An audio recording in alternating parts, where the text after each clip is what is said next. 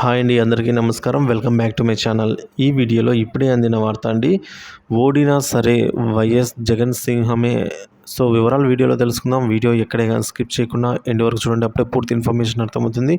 అలాగే వీడియోకి ఒక లైక్ చేయండి.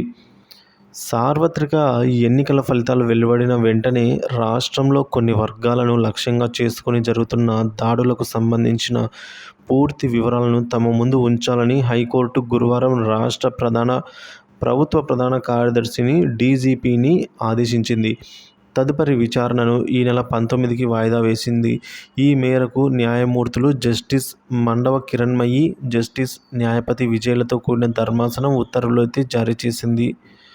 ఏపీలో సార్వత్రిక ఎన్నికల ఫలితాలు విడుదలైన తర్వాత నిర్దిష్టంగా ఓ రాజకీయ పార్టీకి చెందిన వారిని లక్ష్యంగా చేసుకుంటూ రాష్ట్రంలో హింసకు పాల్పడుతున్న వారిపై పోలీసులు ఎలాంటి చర్యలు తీసుకోవడం లేదు అని, అలాగే హింసను అణిసివేసి బాధితులను రక్షించేందుకు అవసరమైన చర్యలను సత్వరమే చేపట్టేలా కేంద్ర హోంశాఖను రాష్ట్ర ప్రభుత్వ ప్రధాన కార్యదర్శిని డీజీపీని ఆదేశించాలని కోరుతూ ఎంపీ వైఎస్ఆర్సీపీ నేత వైవి సుబ్బారెడ్డి హైకోర్టులో పిల్ దాఖలు చేసిన విషయం తెలిసిందే.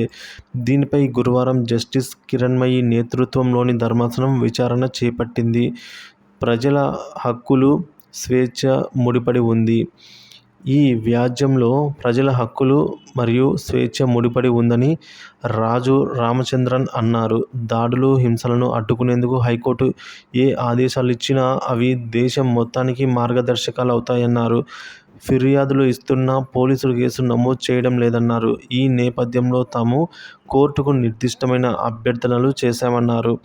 కొంతమంది లక్ష్యంగా చేసుకుని హింసకు, ఆస్తుల విధ్వంసానికి పాల్పడుతున్న నిందితులపై చట్ట ప్రకారం చర్యలు తీసుకునేలా ఆదేశాలు జారీ చేయాలని అభ్యర్థించమన్నారు.